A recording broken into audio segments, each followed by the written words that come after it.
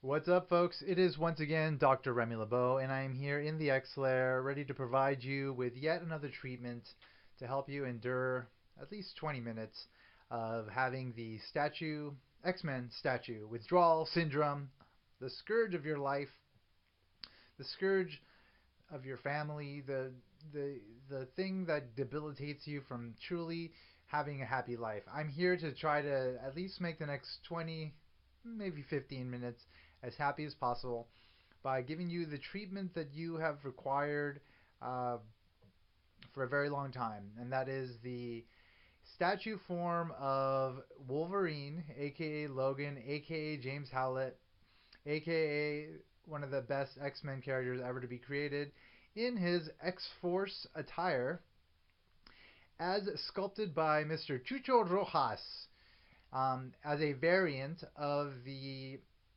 Wolverine statue that I have already posted on my blog, um, which is based on a Civil War cover. If you check out the video for that statue, you can see which cover it's based on, drawn by Humberto Ramos. As you can see, this is a very Humberto Ramos-esque design.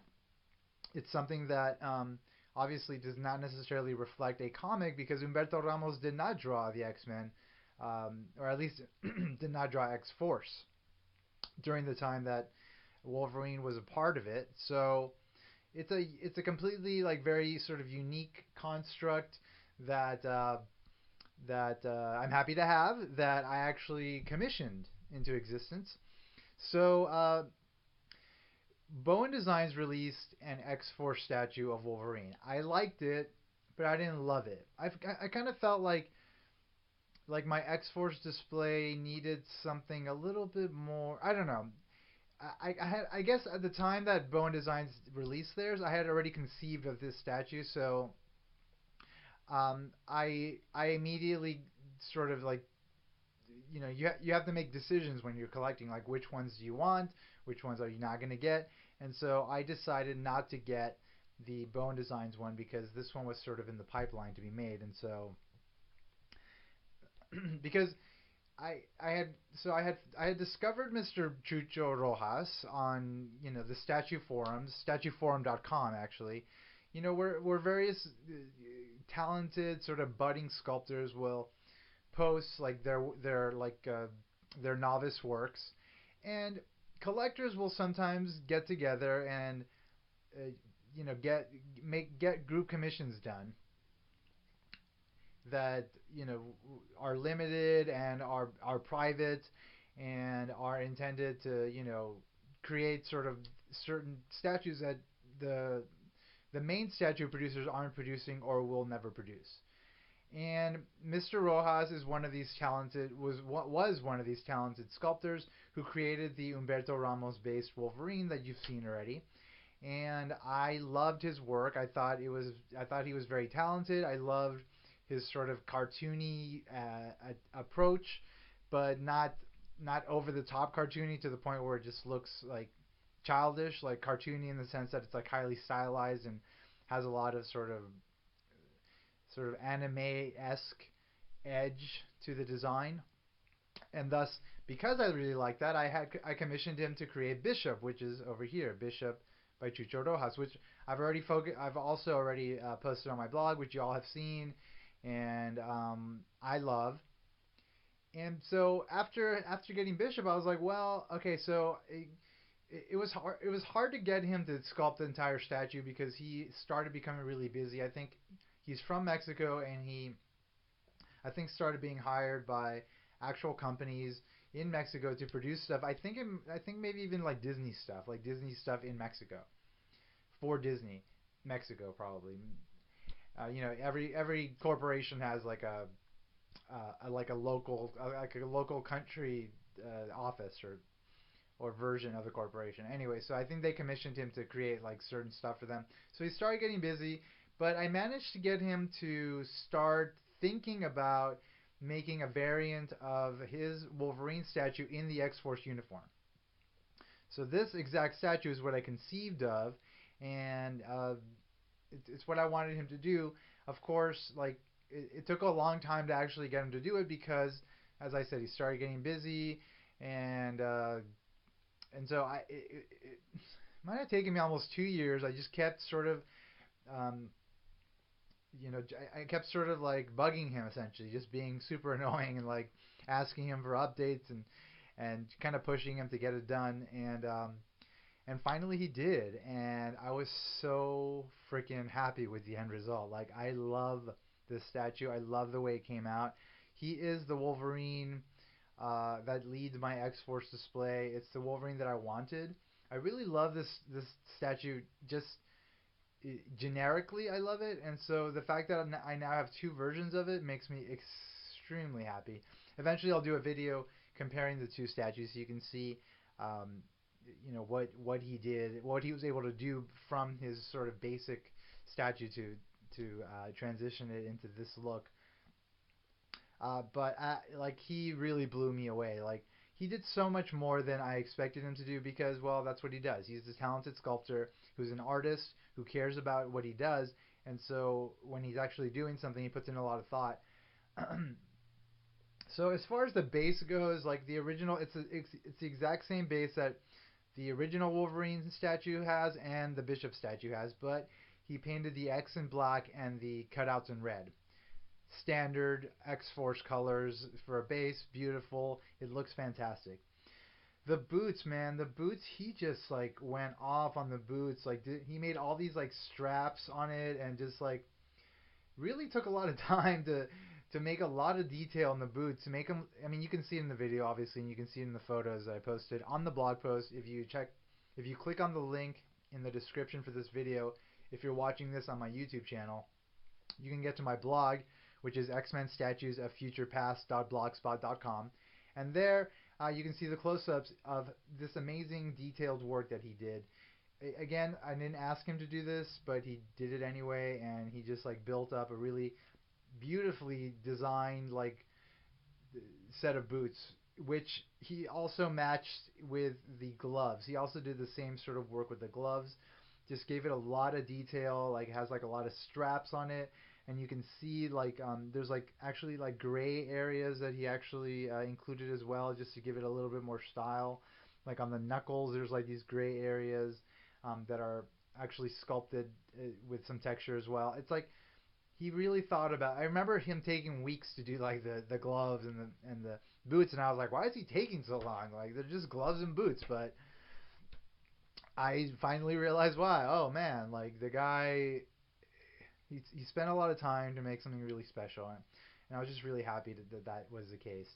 Um, so the claws are basically the same as those in the original Wolverine statue. For me, they didn't come attached, so I had to like glue them in. But there were actually little slits where the claws needed to go, so it wasn't that difficult to put them in there. And I got some really strong glue, and they went in nicely, and they look great. Um, the legs are basically exactly the same, and the it's like so the body is basically the same. Um, One thing though, you this statue is actually slightly smaller than the original statue because the original statue, I think someone told him, or maybe he picked up on the fact that it was a little bit out of scale with the Bowen statues, and meaning that it was a little bigger than the average Wolverine statue, and so he actually made this one slightly smaller, which is cool, but it wasn't necessarily necessary for me because the scale wasn't that big of a problem for me to begin with, and also like if you look at the movies, like Hugh Jackman's tall, he's not like the short 5'5" Wolverine that is written in the comics or drawn in the comics. So I think there's always some leeway with like the way characters can be represented in different mediums, and so I was okay with it. But I mean, the fact that he, put in that little bit of extra effort to make this one a little smaller, is cool. And I think, I mean, you can, within a display context, with other Bowen statues, if you're going to display with Bowen statues, it actually works really well. Um, of course, beyond that, like I'll go into a lot of the detail of like the differences between this sculpt and the other one when I do the comparison video. But I mean, there isn't much more that was done. It was like there was a lot of smoothing out of the costume, And then the one thing that is important to mention is that it doesn't have like a removable head like the original statue that had a removable head that you could replace with an unmasked head. It just has the head attached, and it's essentially the same head and face as in the original statue, but obviously X-Force colors, black and gray, and then of course the belt is different as well, and and that's basically it. Like beyond that, it's just a very nice representation of Wolverine in his X-Force state. So X-Force is a team that was created by Cyclops and Wolverine at a time when when the X-Men were dealing with the decimated mutant population, which Wanda Maximoff, the Scarlet Witch, had basically cut down to less than 200 mutants via her hex power. All she said was, no more mutants. And most mutants got depowered, and there were less than 200 mutants left in the world. As a result of that, there were elements in the world that wanted to exterminate the remaining mutants. They realized that there was now an opportunity, because there was such a small amount of them left, to just completely eradicate them from the earth. And so a lot of killing started going on of mutants. Cyclops decided, you know what, we need to take a more lethal approach to defend ourselves, and so he commissioned Wolverine to put together a team. The original team was X-23, Warpath, Archangel, Wolfsbane, and I think that might be it. And the run went on for like 25 issues or so. It was a really great run. I really enjoyed it quite a bit. The art on it was like spectacular. Um, and then from there, I think actually no, it went on for 28 issues, because this is like the last issue. I mean, you don't even see X Force in this, but this is basically the last issue, and it was part of like it concluded with the end of the Second Coming crossover, which went throughout all the X books and basically had this child Hope come back from the future, who had been born after decimation. The first mutant child to be born was trying to be hunted down. Cable sent her into the future with him. He raised her, brought her back. Second Coming started. A lot of elements tried to kill her again. It was a big crossover. Nightcrawler died. Cable died. Cable actually dies in this issue here, and of course he's back now, so I won't go into that. But uh, the original run of X Force, which I think was Volume 3, ended there. Ended at the end of Second Coming, and then started Uncanny X Force, which is basically like the second version of this like new X Force. This is actually issue number 12, and this was actually part of what was called the Dark Angel Saga. During the Dark Angel Saga, Archangel started to become Apocalypse's heir. Like whatever it was that Apocalypse did to him, and initially to turn him into Archangel, started to evolve further and actually turn him into Apocalypse. So, or like the next Apocalypse. So there was like this huge story arc, and it was like really involved and really awesome. And you can see here, even in this series, like Wolverine still had this outfit, so he was still wearing this very cool new outfit where it's like gray and black, and he's got the X belt, and it's all about like covert ops. Like it was still the same sort of thematic kind of underpinnings that kind of structured the book. The world was a little different now, in the sense that mutants. So the first run of X Force, like only Cyclops and Wolverine and a couple other people knew about the existence of X Force. This next series, and then that all sort of came out in the open at the end of Second Coming. Like during that story arc, it was revealed what they were doing and the fact that they were killing. Cyclops essentially says at the end of that, like, Wolverine, you need to stop. Wolverine, here represented very awesome, in a very awesome way in this statue, continued.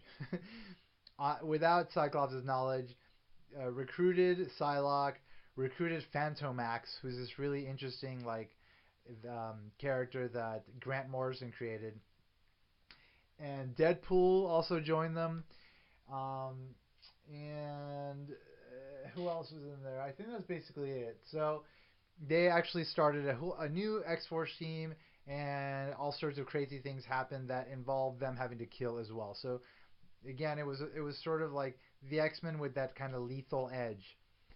And the stories in that book were interesting. I didn't like it as much as the first run, but I did like the Dark Angel saga quite a bit. I thought that was one of the best X-Men stories in a while. Well, okay, so the point of mentioning that is that this design of Wolverine endured for quite a bit of time throughout, maybe like I'd say almost like 4 years. Wolverine has now stepped back from X Force. He's no longer part of X Force. There's a new Uncanny X Force. Storm's in it. Psylocke, Puck from the Alpha Flight team, from the Canadian team. Spiral is in it. A Bishop looks to be joining it, and and I think that's pretty much it. And I'm liking the way it's going, but it's definitely a different direction than the book had originally had gone in, like Uncanny X Force Volume One and in the previous X Force title. So this sort of represents like a particular era for Wolverine that is now kind of over. But fortunately, we got to enjoy it as comic book fans, and I think it's worthwhile to have Wolverine in this statue form in a display kind of reflecting that era, and that's what I have. And I've posted photos of my display online, and if I may or may not have posted like better photos yet, but I will at some point soon. And eventually, I'll do a video of my displays or whatever. But for now, I'll just mention the fact that he does lead my display, and my display includes Warpath from Kotobukiya, Psylocke, the Bowen statue, repainted in her X-Force colors. I've got Archangel that I actually had repainted, the Bowen Archangel, repainted in X-Force colors and chrome wings. And then I've got the Deadpool statue by Kotobukiya, which is actually an X-Force Deadpool statue. Um, so I've got that whole set up, and it looks great, and he looks great leading it. And I'm super happy that that Chucho Rojas took the time to create this variant of the statue. It's like it's again one of the gems of my collection, and I'm just really happy to have it, and I love it, and I think it's just it's kind of breathtaking from the standpoint of a statue collector who likes this kind of artwork. I love Humberto Ramos's art. I think it's very stylized and cool. Obviously, that's the sort of style that's very polarizing. Some people love it, some people hate it. I'm on the side of the people that love it. So, yay, Humberto Ramos. Yay for Chucho Rojas for being able to translate Humberto Ramos's art into this awesome three-dimensional representation. I'm just really happy about that.